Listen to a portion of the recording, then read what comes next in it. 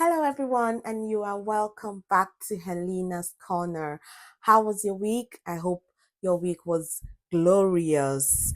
You're welcome back to Helena's Corner. Obviously, this is a safe space where we talk about safeguarding, parenting, lifestyle, and child protection and the likes. My name is Helen, if you're just joining, and I am a social worker here in the United Kingdom. So, today we're just going to talk about something really, really important that is often overlooked by parents. And my topic for today is, when should you be worried? Early safeguarding signs parents often miss. Oftentimes, parents miss some safeguarding signs probably because they think, well, it's a child that's displaying a childish behavior, which, yeah, could be right. But again, it's about being sensitive and understanding your child as a parent. Now, we're going to talk about, when should you actually be worried about your child? Not every behavior change means something is wrong, but sometimes these are the small signs that parents often miss, which are the early indicators that a child is, struggling or being harmed or being influenced in ways that we cannot see, especially now with, what's going on online and, all the things that are going on over the internet. Parents, are to be very, very sensitive about their children's behavior and changes in their children's behavior as well. So today we're going to break down the behavioral signs that parents overlook. We're talking about emotional changes that signal risk, online safeguarding red flags, signs of possible exploitation or abuse, and when it's time to seek help. Right, this is not about panic, obviously. It's just about awareness. It's just about creating that awareness so parents can know, when I'll be able to recognize those signs that their child is probably struggling in one way or the other. So first of all, we're going to be talking about sudden behavior changes. Yeah, children change as they grow. Obviously, that's normal, because I remember growing up, when I was really little, my mom will say things like I was a very quiet child, as as a baby, and in my toddler stage. I was very, she used to say that I was very quiet, probably because I used to suck my thumb when I was growing up. But I grew up to be confident. I grew up to be a little bit outspoken, and she just didn't see that in me when I was growing up. She was just thinking I was going to be one very quiet child, but hey, we're here today. So, yeah, children change as they grow, and it's normal. But what you should pay attention to is sudden and unexplained change, okay? There are some changes that are explainable, but you should be looking at those sudden or unexplained change. For example, a previously confident child becoming withdrawn. When you have a child that is confident and quite outspoken, outgoing, and all of a sudden the child becomes withdrawn, you should pay attention to that behavior. And a calm child becoming aggressive or irritable. When you have a child that is really calm and all of a sudden your child starts getting aggressive for little things, you should ask questions and be curious about that change. Obviously, sudden defiance beyond developmental norms, extreme mood swings, loss of interest in activities that they once loved. You should ask questions, because in the course of my work, I've worked with children that have probably loved football in the past, and all of a sudden they don't want to be going to football clubs anymore. And most times parents just think, oh, it's just him just not wanting to. But sometimes when, as professionals, we probe further, we find out that there's someone in that team or in that football club that's probably bullying the child, or the child is probably struggling with, a form of harm there. So it doesn't necessarily mean the child doesn't like football anymore, but there is something going on in or within the football club or football activity that the child is struggling with, and that's why the child has lost interest. So you should also probe and be curious about some things, especially activities they love to do, and all of a sudden they say they don't want to do that anymore. Right?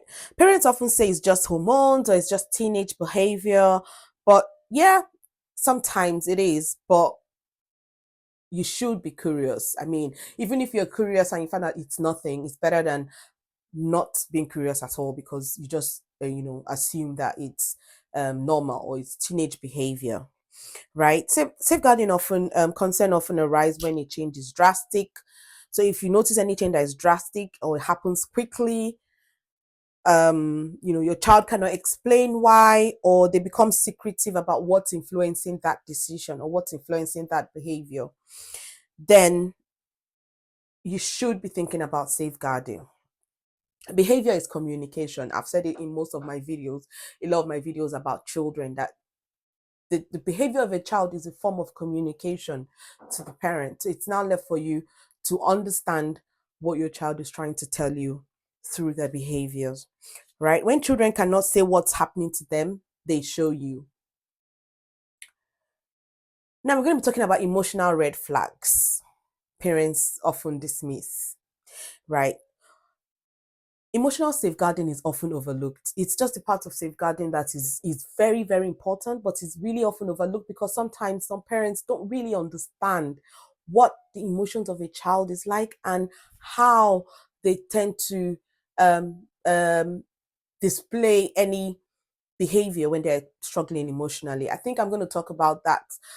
Understanding your child's emotions. It's really, really important because if you don't understand your child's emotions, or if you don't understand how your child behaves, or what when your child is communicating with you, then you're going to have a problem understanding if there are safeguarding concerns, right? Now, we're going to just talk about the emotional red flags that parents often dismiss. Persistent sadness. When you have a child that is always sad, children don't just get sad. Even if there are things going on around them, they hardly get sad. Now, when you see a child that is always sad persistently, then you should be curious about why. Anxiety that seems disproportionate. So, your child can be anxious for nothing. Like little thing will make the child anxious. Maybe things like um, you have an uncle or a family member coming to the home, and every time this family member is coming, you notice that your child is always anxious that this family member is coming. You need to be curious. Okay, you don't dismiss those kind of signs, those kind of um, anxiousness, because most times when children are anxious, there's always something. You can see maybe there's this friend of yours that your child is always anxious when the friend is around, or when a particular topic is being talked about, you see that your child is anxious about doing some activities. Then as a parent, you should be curious and ask, why is this child anxious?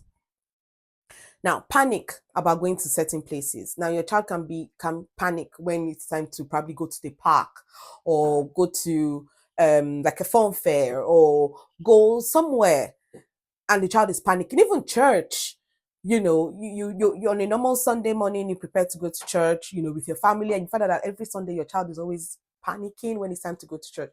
You should be curious because maybe there's something there that is actually making this child panic. So you don't dismiss your child's emotions, don't dismiss your child's feelings, because most parents often do that. They dismiss how their children feel. Please and please and please and please do not dismiss your child's feelings. It's very, very important. Christians, I know you have to go to church every Sunday, but you notice that your child is always panicking when it's time to go to church. Ask why. There might be something going on there that you don't know, right?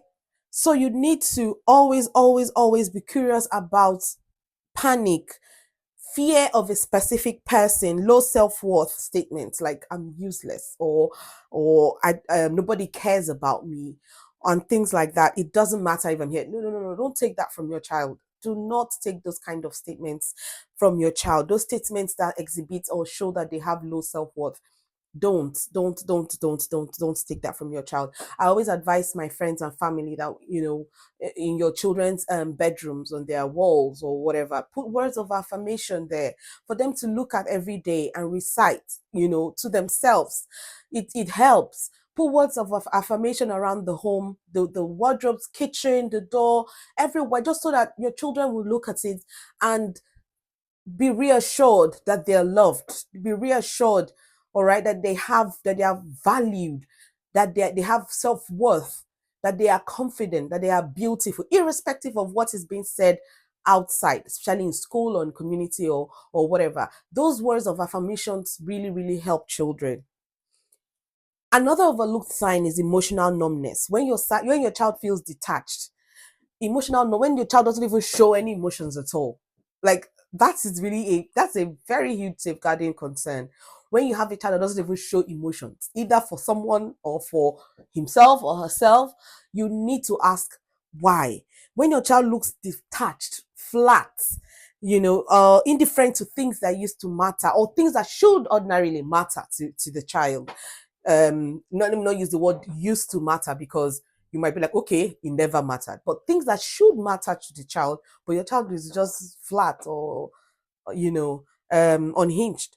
You really really need to be curious. Don't ignore that. It's very very important. Emotional numbness is a form of safeguarding it's a sign of safeguarding concern.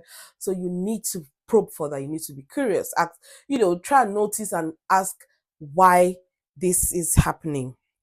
Now we've got some digital safeguarding signs. These ones are the ones that you can't talk about safeguarding in this day and age without bringing out the online safeguarding consent or the digital safeguarding consent. Now there are some red flags. Suddenly being very protective of their phones. When you have a child that's suddenly, yes, I know that every average child is protective of their phones, but you'd notice when the child is just being overprotective of their phones, multiple accounts or secret accounts. I've said in my previous videos about online safety, and I've talked about parents just randomly going to your child's phone to look through, right?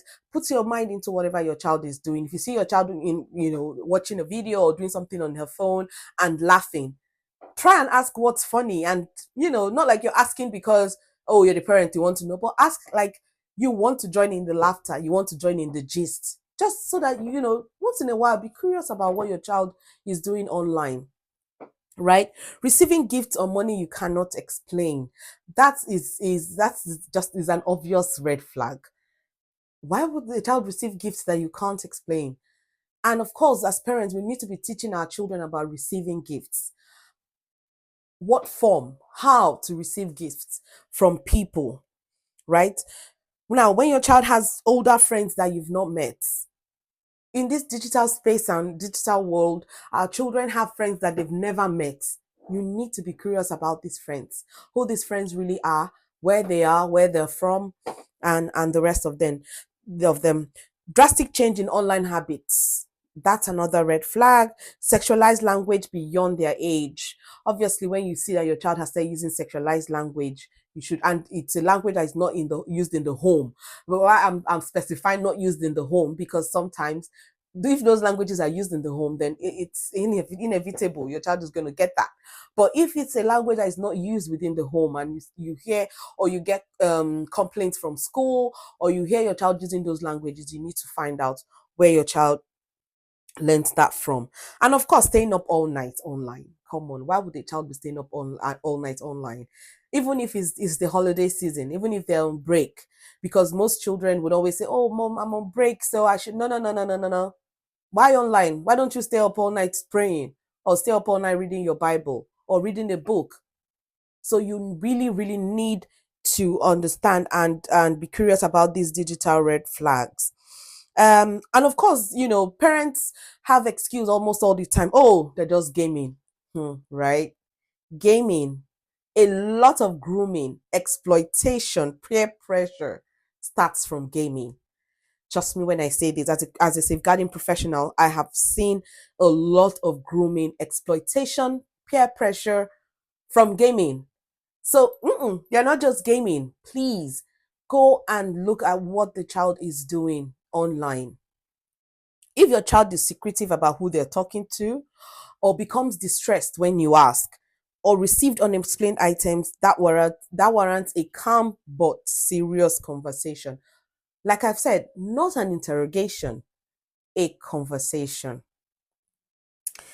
Now we're going to be talking about possible exploitation indicators. So this is where parents often say, not my child, but exploitation does not discriminate, right? Watch out for new expensive items. That cannot be overemphasized. Like I can't really I don't have to even talk about it. New expensive items, sudden access to cash, unexplained absences associated with much older peers, using languages linked to gangs or criminal activity, frequent taxi paid, rides paid by someone else. I'm going to be speaking a little bit about using languages linked to gangs or criminal activities, because sometimes parents don't know what their children are doing outside. They don't know the activities or what their children are involved in. So when you come home and you hear your child using some language that is inappropriate, and it's probably or mainly used by gangs or criminals or whatever, you need to probe further, right? For girls and boys, sexual exploitation may include sexualized behavior, STIs, older partners, fear of a particular individual. So if your child is always anxious or scared when there's a particular individual around the home or around the child, then you need to have that conversation. Sexualized behavior as well could actually be a sign of sexual exploitation. By sexualized behavior, what do I mean? Sexualized behaviors are behaviors that are often, exhibited by children in sexualized form or manner, like things like saying things that are how do I use the word weird? But say things that like maybe like as a parent you have a friend coming and maybe your friend is probably well dressed and your son, maybe 10-year-old, 11-year-old, admiring your friend's boobs or ass or admiring your friends or say things that are like that you'll be wondering, where is this coming from? Trust me, those are sexual exploitation signs. Or things that, say things like, use words or languages that are just inappropriate. Maybe, his sibling, let's say you have like a girl and a boy, and your daughter is in the bathroom or something, doing something, or trying to use the bathroom, and her brother, comes in and says some things about the child's private area, or those kind of things are sexualized behaviors. Or things like in the course of my work, I've heard of boys probably going into the female toilet to kind of look down through the door of the toilet to see their fellow students in the toilet and all of that. Those are sexualized behaviors. They don't always come from being naughty. Those children sometimes are exploited themselves. So we really need to be wary of that, right? Older partners, when your children have older friends, or the ones that are adults as well, young adults, you need to find out why this is happening and why an older person, right? Children rarely identify exploitation themselves. They often believe the exploiter is a friend or a boyfriend. So you need to also look at those people in your children's lives that are important to them. And you can only know by asking. You can only know by having those conversations. You can only know by being curious about what your child is doing. Who are your children's friends online? Who are they gaming with?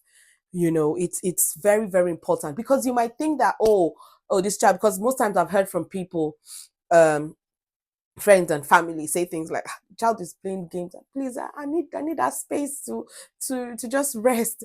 Yes, sometimes. But how confident are you that that child is not being groomed in the games or game he's playing or whatever? How confident are you that the child is actually playing those games? Because sometimes we use all those things to distract children or to make children not to disturb us and all that, which it works.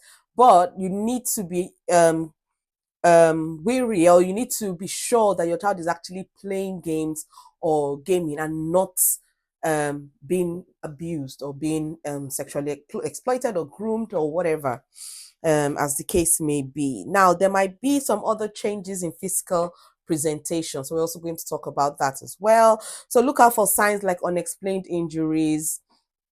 I know that sometimes children get to a certain age and they don't want their parents anymore to probably dress them or help them with the bath or shower, help them wear their clothes. But as parents, sometimes you should be curious about just, go in and find out what's going on. Just tell your child, your daughter or your son, yeah, I understand you have your privacy, but mommy has to, take care of you. You're doing okay. I can just sit and watch. Just be curious in one way or the other. Just try and find out what the child is.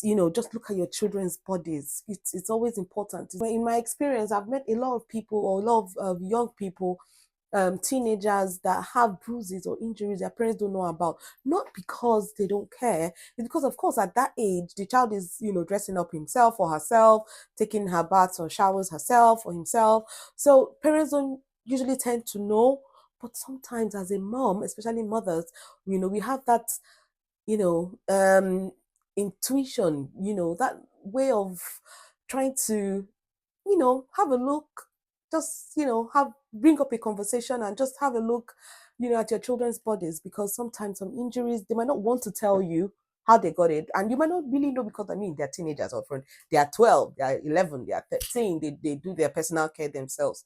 But it's very, very important to always try and look out for these things. Now, frequent accidents. Also look out for poor hygiene when it's not typical, like when your child starts refusing to go to the shower, refusing to wear clean clothes, or refusing to, when it's not typical of that child, it's also a red flag. Um, Also, look at dramatic weight loss or weight gain, self-harming marks. Again, because some children actually self-harm, and you as a parent, you might not know. So again, just like I said, be curious. Sometimes try and look at your children's bodies. Just have a look. You just use your motherly love and your fatherly love to just look at your children's bodies, because it's important. Trust me, very important. You might think that your child is taking care of himself or herself because he has gotten to the age, but there might be some things going on with that child that you are not aware of. It's very, very important. You need to be curious as a parent. You need to be sensitive as a parent. And of course, covering up even in warm weather. Why is that child wanting to wear a hoodie, or want, when even when the weather is hot? Try and find out what the child is trying to cover. And of course, if your child avoids activities like PE, swimming, changing in front of others, gently explore why that's happening. I know, yes, sometimes children, when they get to a certain age, they want to do things themselves, they want to be independent and all of that. It's fine, give them their space, let them be. But once in a while, you just check up on them and know why can't you change in front of me, like, I mean, just ask those questions gently, just gently, not interrogating. You're not, doing the putting on the African mom, hat on, but you're just having a conversation and you're gently exploring why this is happening with your child. When should you act? Of course, you should seek support if your instinct says something isn't right, right? If the behavior is persistent, or the behavior escalates, or your child refuses to explain why this is happening, or there's this behavioral change, or there are safeguarding indicators plus secrecy, all right, you need to seek support. You can, of course, speak to the child school safeguarding lead. You can contact your GP if you feel like, there are different services around as well that can also speak to your child, even if you feel like your child is not speaking to you. There are services you can refer your child to, like calms, mind walks, and the likes. They can speak to your child and try and understand or unpick what is going on with that child. Speak to your local authority, and of course seek early help support. Getting help is, it doesn't automatically mean child protection. You're just getting help because you're worried about your child, which is very important. Okay, it doesn't mean that you're handing yourself over to social services, but it's always good to get help, right? Now, like I've always said to parents, you don't need to be perfect to be a parent, right? But you just need to be a present one. You need to be a sensitive one. You need to be a curious parent. Safeguarding starts with open communication, emotional availability, and knowing your child's world online and offline. Trust your instincts, and remember, asking for help is strength and not failure. Even if you'd want your child to do those things to give you some space, but just be sure that this is what your child is doing. It's very, very important. Trust your instincts. And remember, like I've said, asking for help is strength. It is not failure. It is strength. It is not failure. Okay, so thank you for watching to the end of this video. If this video helped you in any way or resonated with you in any way, please subscribe, like, share. If you know there are people that would benefit from this video. Subscribe to my channel and share. And until next time, when I come your way again with a very, very interesting topic, it's bye.